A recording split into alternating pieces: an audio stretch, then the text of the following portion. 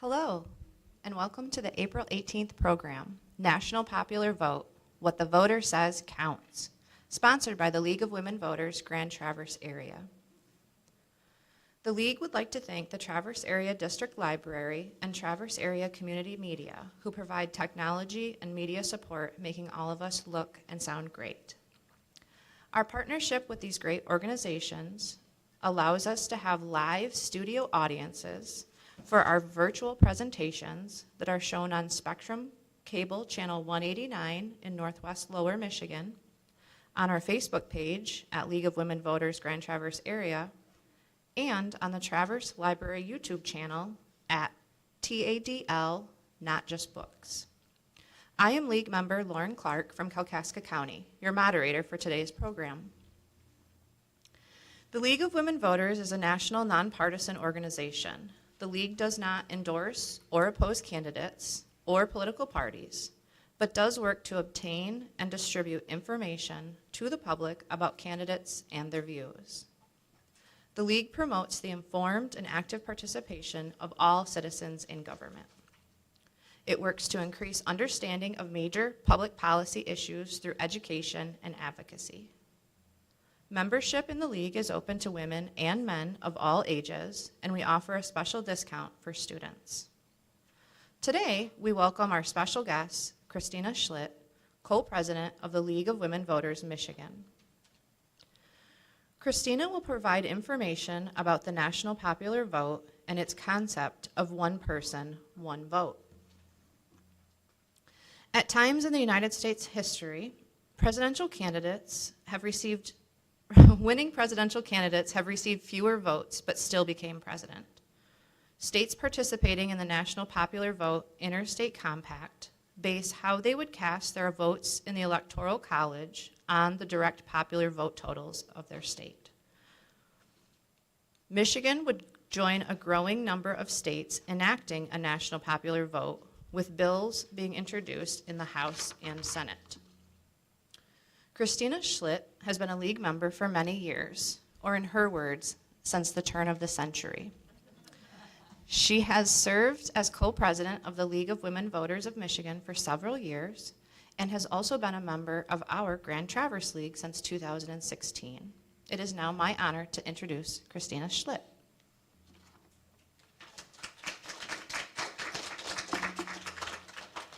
Thank you, Lauren, and thank you all for coming out here today. How do you like spring so far? The purpose of this presentation is to educate the public about the national popular vote and actions people can take to help pass the necessary legislation in Michigan. And we're going to be giving you some pointers on how you can help us get this through. Excuse me, the League of Women Voters of Michigan has joined the Michigan National Popular Vote Coalition. Other members include ACLU, Common Cause, Mothering Justice, and Voters Not Politicians. As part of the coalition, the League is engaged in a legislative campaign. How does America elect our president? The Electoral College, of course. You can see on the map the Electoral College votes for each state. Michigan has 15, 2 for each senator, and 13 congressional districts. On election day, you and I cast ballots for the candidates of our choice, but the real vote is when electors meet in December and cast their ballots. States are allocated one electoral vote per every representative in Congress. So who are these electors and who decides who the president is? The U.S. Constitution gives explicit power to the states to decide how the electors are chosen. Each state shall appoint in each manner as the legislature thereof may direct a number of electors. That's Article 2, Section 1 of the U.S. Constitution. State legislatures decide how to award their state's electoral votes, a power that the Supreme Court has termed plenary, an absolute power of the states. 48 states now choose electors based on whoever received the most votes within the state on election day. These are winner-take-all laws. A winner-take-all method means the candidate who receives the majority of votes in the state's popular vote takes all of that state's electoral votes. In 2020, in California, Democratic candidate Joe Biden received the most votes. He won all 55 of California's electoral votes. In Texas,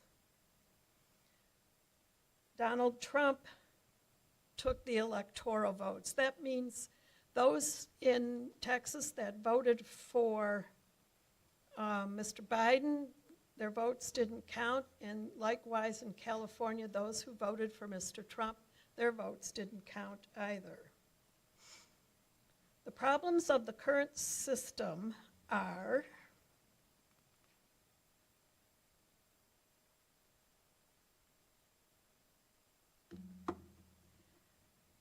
the problem we are the most familiar with. The person with the less votes and can and frequently does end up in the White House.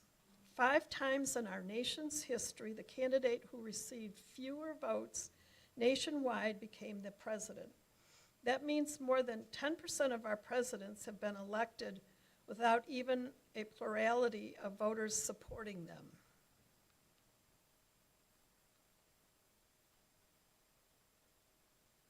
I'm sorry here. Currently, we are in an era of close elections.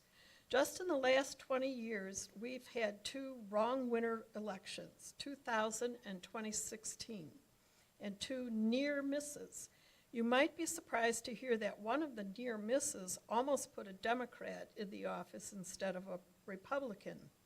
In 2004, if 60,000 more votes were cast in Ohio, their ballots for John Kerry instead of George Bush, Kerry would have won the Electoral College without winning the, I'm sorry, all my notes aren't here. Kerry would have been the person to take the electoral votes and won the presidency, even though he had far less votes than even Mr. Trump did in 2016.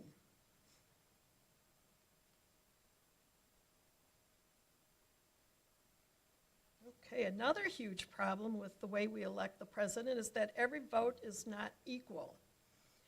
Most voters are totally ignored in the general election and have their vote taken for granted. As a result of winner-take-all laws, most states are decidedly red or decidedly blue. Candidates for the general election only campaign for a small number of undecided voters who live in closely divided states, or the swing states, or the battleground states. Also, 5 of the 9 Supreme Court justices appointed by popular vote losers.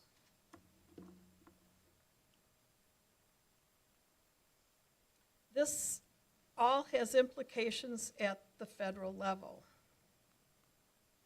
Remember, a winner-take-all method, meaning the candidate who receives the majority of votes in the state's popular vote takes all of that state's electoral votes. So how should we elect the president? Well, I'm going to tell you. Whoever gets the most votes should become the president. This is how we elect almost every other office in the country, and it is time we modernize our presidential elections and make every vote count.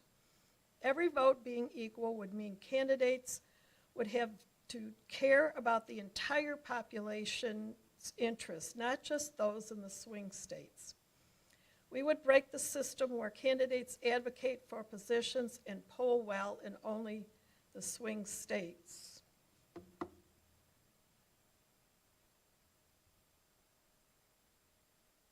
I'm sorry, I'm trying to get the rest of my notes here.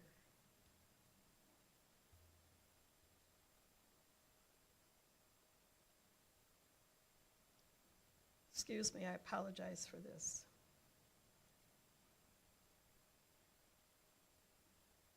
I thought I had this checked out before we started. Just do that? Okay.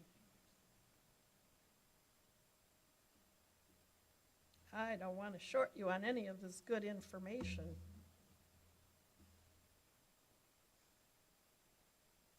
Okay, every vote being equal would mean candidates would have to care about the entire population's interests, not just those in the swing states.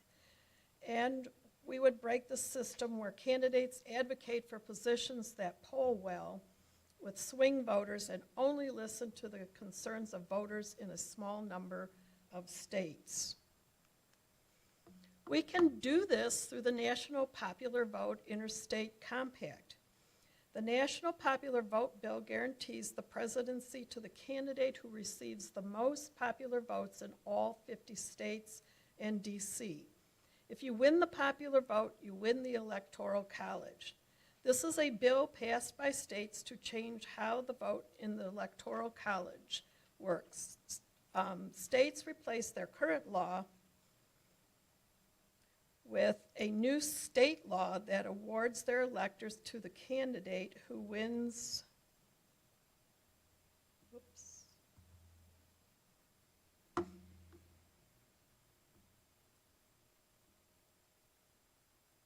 I apologize.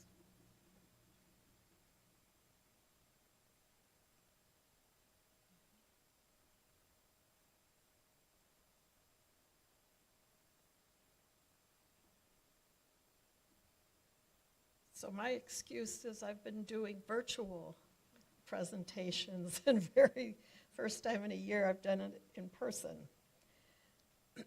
Okay, so states replace their current law with a new state law that awards their electors to the candidate who wins the popular vote in all 50 states and D.C.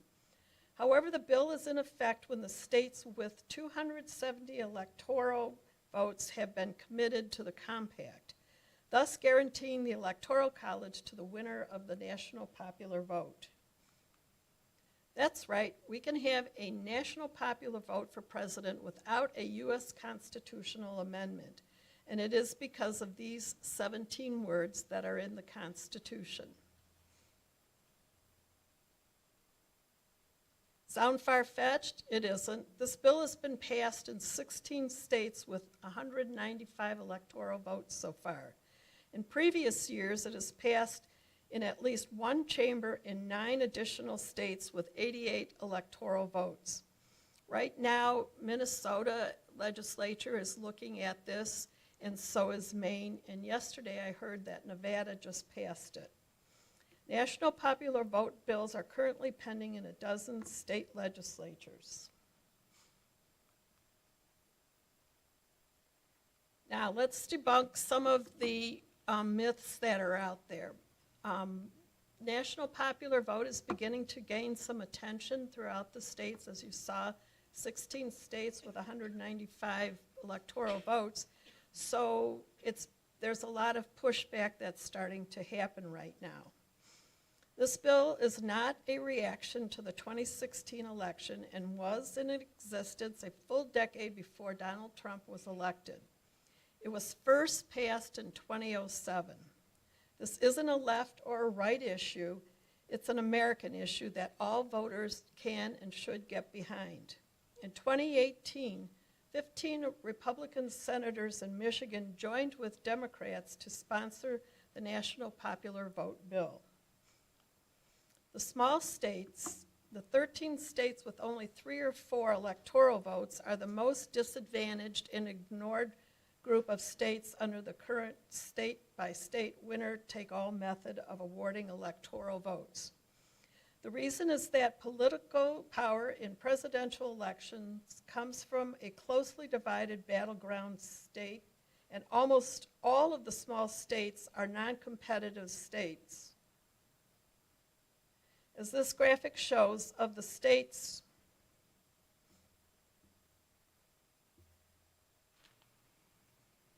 with 3 or 4 electoral votes, that's a yay, I got it. 3 or 4 electoral votes, 7 are decidedly Republican and 7 are decidedly Democrats. The small states are not ignored because of their low population, but because they are not closely divided battleground states. The small states of Hawaii, Delaware, Rhode Island, Vermont, and D.C. have already signed on to the national popular vote because they believe it makes their voters more relevant. People sometimes fear that the candidates will visit the highest population states. Every vote in every state would matter in every presidential election under national popular vote. Under a national popular vote, a voter in a small state would become as important as any other voter in the United States. Will New York City and LA decide who the president is? No. It is a common misconception that people fear that the big cities will decide an election under national popular vote. This stems from people thinking cities are bigger than they actually are. In fact, 19.6% of the U.S. lives in 100 largest cities, while 20% of the country lives in rural America. To win a national popular vote, you can't just campaign to the 20% of the people in rural America any more than you can talk to the people in the cities.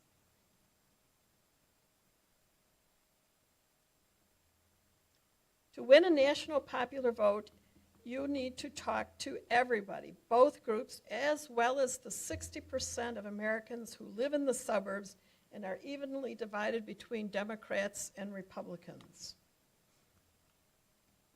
Currently, we have two kinds of voters in presidential elections: those in flyover states and are irrelevant, and those in battleground states who are hyper-relevant. National popular vote corrects this. We don't have to guess about this because we know when every vote matters. For example, when within battleground states, candidates go all over the state because every vote matters and has the chance to clinch the state's electoral votes. After coming up with the concept of electors choosing the president, the founders debated how those electors should be chosen. Our current system is nothing like it was at the founding of our country. In the first presidential election, only 5 states allowed citizens to vote for the president in any form. Founders ultimately decided to leave it up to the states to decide. The state legislature was the closest body to the people. They could decide what was best for voters in their state. We are looking to state legislatures to change their laws exactly as the framers intended. It is, in fact, state legislatures' constitutional duty to consider this matter. The National Popular Vote Bill will guarantee the presidency to the candidate with the most votes. Every voter in every state should be politically relevant to the presidential election for the first time. The League of Women Voters of Michigan voted to support this legislation in Michigan using the national position. LWVMI has joined the National Popular Vote Coalition. As part of the coalition, the League is engaged in a legislative campaign to pass the national popular vote. LWVMI is providing educational presentations at town halls and webinars such as this across the state. The presentations play an important role in educating the public about the national popular vote and what we can do to help get the bill passed in the legislature. Keep in mind, this presentation is an advocacy presentation, and we are advocating through education. The bill has been introduced at the beginning of March, and there was a press conference with all the parties involved to elevate it. So far, it hasn't had a hearing, and this week it's not on the committee's agendas, and we're hoping to get it on next week. It has to go through the committee process and pass in the Michigan House of Representatives and the Senate before it can be signed by the governor. No bill was introduced in 2019-2020 session. The 2021-22 session, HB 43 in September 28, 2021, introduced by Representative Kolazar, a Democrat, and it was referred to the Committee on Government Operations, where it died. As you can see on this slide, in 2008, the Michigan House of Representatives voted on House Bill 6610, and the vote was bipartisan, 65 to 36, but it died in the Michigan Senate. In 2018, the Michigan Senate's Election and Government Affairs Committee had a hearing on Senate Bill 1117, introduced by 15 Republicans and 10 Democrats. In 2018, the House of Representatives Election and Elections Committee had a hearing on HB 6323, introduced by 14 Republicans and 2 Democrats. In 2021, a bipartisan group announced a petition drive to put it on the national popular vote, but they decided to wait.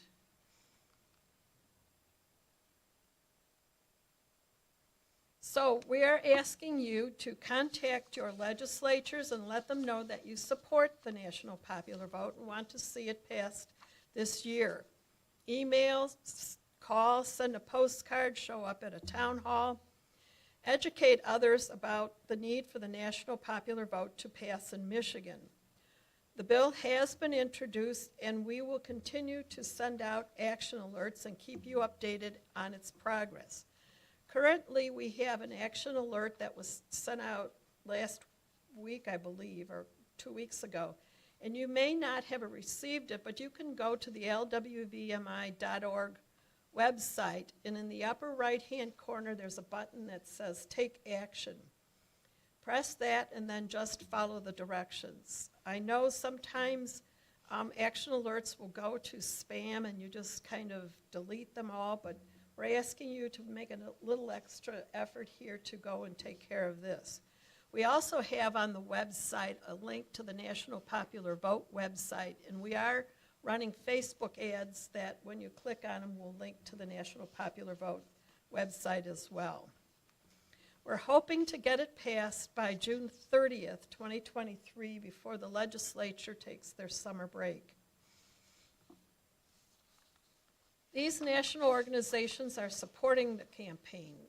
LWV US supports National Popular Vote Bill, and leagues, including LWVMI, are engaged in this campaign all around the country. Here in Michigan, we are part of the coalition, which includes ACLU of Michigan, Common Cause, Mothering Justice, and Voters Not Politicians. Here are some additional sources that you can check. If you go to the League of Women Voters US website, you'll see that not only do they support the National Popular Vote Compact, they have what is called the moonshot. In 50 years, they want to get rid of the Electoral College altogether. That's what I mean, 50 years, and that's why they call it the moonshot. However, it is an active campaign. And then, of course, the National Popular Vote website, BrennanCenter.org has some information as well. So those are also good sources. And before we go to questions, I know that you're going to be asking me these, so I'm going to give you a little more information.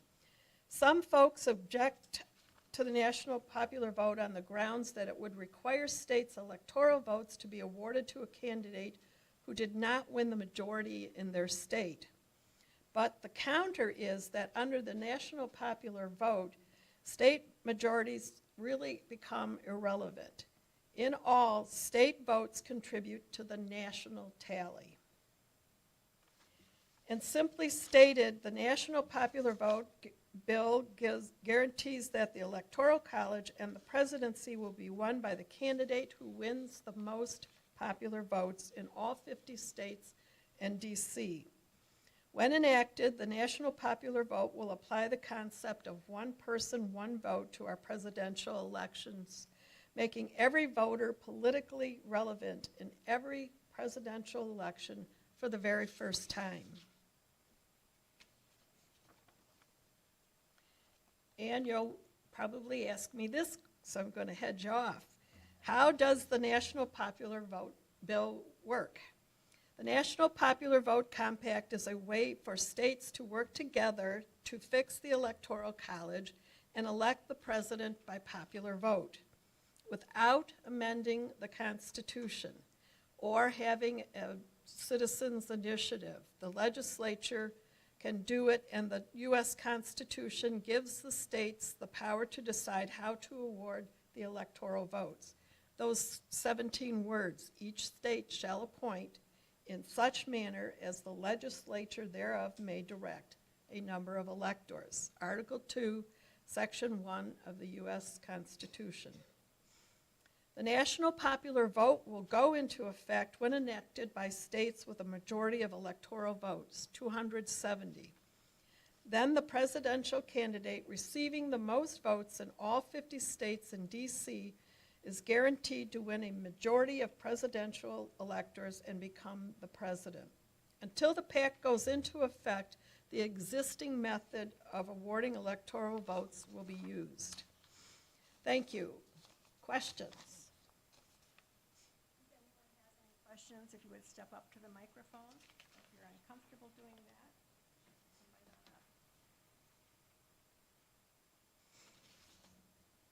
on that. Hi, I'm Tom Stillings from Antrim County. A couple of questions and an observation, if I could. There's a scenario that bothers me. Okay, so we're here in Michigan, and usually, yeah, these elections are close, but every once in a while something happens. Like we had the gas tax thing a couple of years ago, where it was defeated by 80% of the people. So it's possible for people to come together. Suppose we had a governor, senator, or whatever, a really popular person here in Michigan. We all thought this person's the best thing since sliced bread. And we vote overwhelmingly for this person. But the big states, California, New York, Illinois, Texas, whatever, they like the opposing candidate. So we go to bed after the election knowing that we voted overwhelmingly for a person. We wake up in the morning and we find out that, oh boy, these other states have more people than us, and they voted the other way. So we're now disenfranchised. Our votes don't count. What is also an even worse possibility is that we find out that the election nationally, electoral college-wise, is so close that our votes, had we not been part of the compact, would have gone for our candidate, and it would have been enough to make the difference that that candidate would have been elected. Now That's scary. That's one of the myths. Our votes, your vote would have counted towards the national total vote. Whether, it's not like the Electoral College where your vote gets lost if it's not the way you wanted it. Our It goes electoral towards, college votes are what count. And Yes, they but they you- get controlled by the other states. No, You're that- asking us to give up control of our electoral college votes. no, we're asking you to have your vote count because your vote, even though it seems irrelevant for your state, it goes towards the national total. So the national popular vote will actually rule, not the states. This isn't a federal law, so you have the totals from the states that are subscribed to the compact, but the other states have there's no mechanism to force them to report their vote totals. So how do you get a true, it's going to be like your five examples. Three of them aren't really real valid. The first one, John Quincy Adams, there were 24 states, 9 of which appointed their electors by the legislature, and nobody was even counting votes. So I don't know how you can say who had the most electoral votes. The Rutherford B. Hayes one. There was, 3 candidates, and 5 states submitted competing ballot slates. Again, I don't know. The only two that are legitimate, I think, are the two recent ones. Yep. But I just don't know how you're gonna get the other states that don't join the compact to report. There's nothing that forces them to, and quite obviously, they've chosen not to participate. I don't see how it works. Well, the 270, this won't go into effect until there's 270 electoral votes, which you have committed to going towards the national popular vote. The others would be I less guess of my value. point is, we don't really know what the true popular vote is if all the states don't report. But they will report. Why? The total vote will be reported In the compact states. in all the states. How That's the can you national assure popular. that if there's nothing that compels them to do it?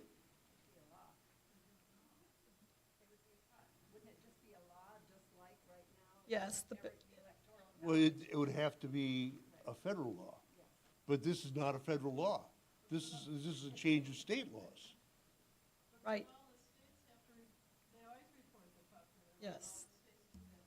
Yes. Well, they report it, but there's not an official tabulation anywhere.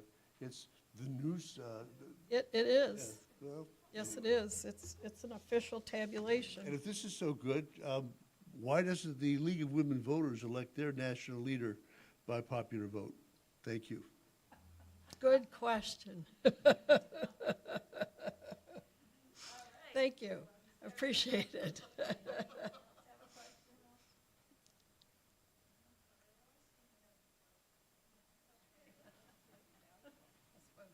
Oh, I don't know how many of you received this in your mailboxes in the last couple of weeks. It's from the Common Cause, and it makes a lot of sense, and it has some good graphs. But on the back, there's a map of all the states, and it shows the ones who have passed and enacted it already and the ones that haven't. And then it shows the two that are targeted to pass in 2023, and they are Michigan and Minnesota. So is it because we have a lot of electoral votes that they need? Are they, Maine is also part of that. okay. And yeah, I think that's the number that they need to take us over to To the the 270? 270. Because this doesn't show Maine, it just shows those two, and I think that would give them, that would be 70, what says how many?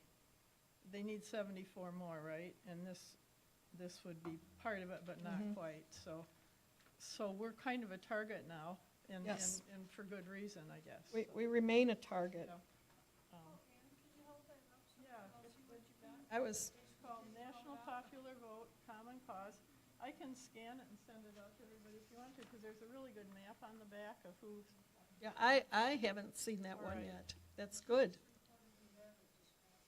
oh, Nevada. Nevada passed it yesterday, and Minnesota and Maine, it's in Here, you look, 'cause their legislatures right now. I know it's over in here somewhere. Orange is passed. Okay, so they do have Nevada as passed on your map. Thank you. Yeah, I've not seen that one. I guess I'm totally naive, but isn't the electoral vote is group vote? So if you have group voting, literally, most people are the ones that are going to influence rather than the popular vote, where it goes individually to, you go to the area Because and you vote. our broadcast audience can't hear you. Could you ask that again? Sorry. Again? Yeah. When I think of electoral vote, I'm thinking in terms of a group. Is that correct? So it's a group representation, correct? Rather than individual popular vote. That's what I'm saying. For the most part, yes, the winner takes all. Yes, and that's why, so that's not, manage? Well, because other people are listening, it's going on I'm sure they can hear me. only through the microphone. Oh, really? Yeah. But go ahead. Well, no, I'm through now, but that's what's bothering me. When you say popular vote, go to popular vote directly instead of all the representation that is needed before you ever get there. And then you may never get there. And another thing, many seniors don't use the computer. So how do they go and vote and do what they want to do and get represented? There, And they're the ones that are the most popular now. seniors can vote, there are a number of ways. They can vote absentee, and now there can be early voting. You can mail your ballot in, you can apply for an absentee ballot, vote at home, and mail it in, and you never have to leave your home. It's true, I can, but there are many that don't. And they don't go unless they're old-fashioned. Okay, we've got early vote now, minimum 9 days early vote for every federal and state election starting next year. So they can vote whenever it's convenient or comfortable for them to get out there and do so, whenever they can get a ride, if that's the case. And that starts, there are some cities that are going to try and do the early voting in the fall, just to do a pilot program before the state and federal elections next year. I think Lansing is one of them. But not everybody is obligated to do that, and they're in the process now of working out how that will work effectively.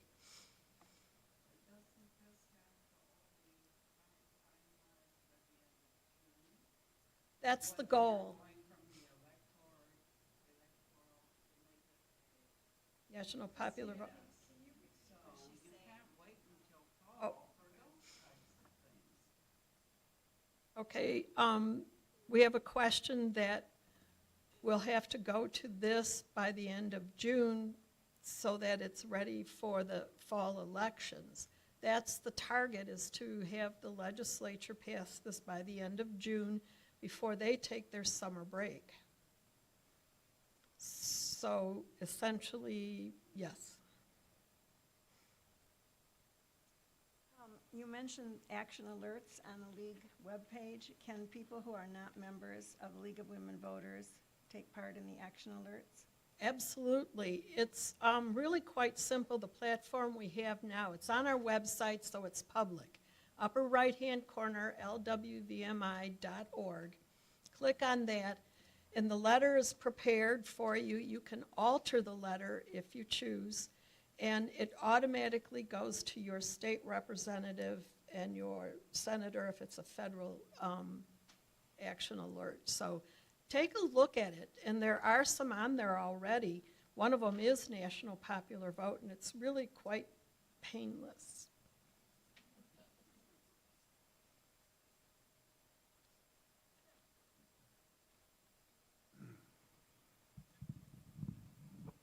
Hi, I'm Chuck. Thanks for Hi. being here today. Thank you for being here. I have a couple questions. One, when you had the map up there with electoral votes, I noticed there were two states that had both Republican and Democrat electoral, like Maine, I think was one, and maybe Nebraska. Do you remember that map? Yeah, Split their votes. yeah, there are two states that don't take winner take all. Right. Okay, so how do they do that? How does that work, and does that help you get to the goal that you want with the popular vote? The total national popular vote. Yes, that would be where the voters would just be casting their ballot, and it would be counted accordingly and not overridden by electors. So is that similar to what you're Yes, wanting to achieve now? So we got two states that are kind of doing that right now. kind of doing that. Okay, thanks. And then the other question I had is, what do you see as, this seems to be a bipartisan supported venture. Mhm. Are there some political powers to be that are radically opposed to this? And if so, who are they and why? Thank you.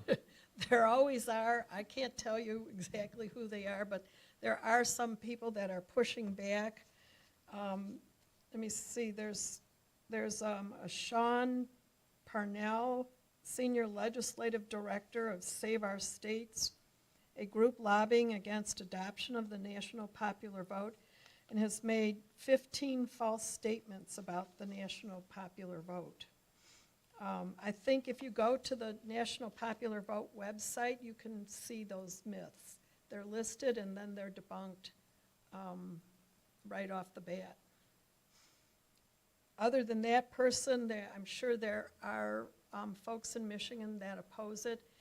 We didn't start getting pushback until recently, so I'm sure we'll be able to find out who and when once the bill goes through committee.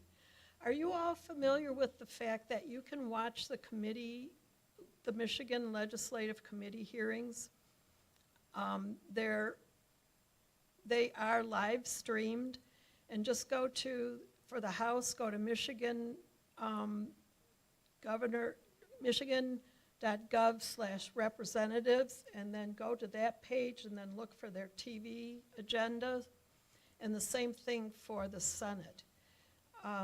You can see all of the committee hearings, and then you can see when they go to session. So you'll be able to identify those that are opposed to it.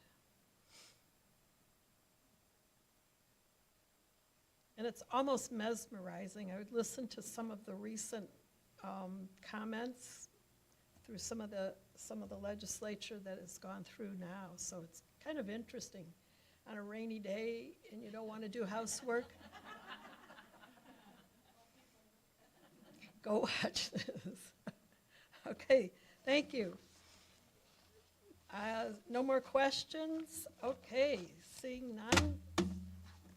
Where's Lauren? There you are. Thank you. Thank you, everyone, for joining our National Popular Vote Party today. And thank you, Christina, and to our audience, both at home and in person, for joining us today. Also, thank you to the Traverse Area District Library and Traverse Area Community Media. Great job. To find out more about the League or to join, please visit our website at lwvgta.org. And please join us for our Tuesday, May 16th program titled The Supreme Court, First Amendment, and Democracy. We will be welcoming presenter Eleanor Lynn. We hope you can join us here in person or virtually, again on Facebook or the Tattle YouTube or on Spectrum, channel 189. Please also help us today, those of you in person, by completing one of our evaluation or survey forms, please. You either may have one or they're being passed out by our League members right now.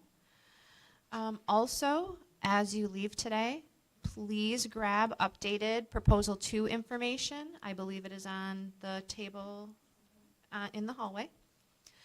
Thank you again for spending your afternoon with us. We appreciate it. It's nice and warm in here. Not true outside. Tell all your friends that this program is available for viewing at any time. Again, on the Traverse Area YouTube channel titled Tattle Not Just Books, the League of Women Voters Grand Traverse Area Facebook page. And thank you all again for coming today. And Spectrum, yes. And have a wonderful afternoon. Thank you. And I apologize for my technical glitches.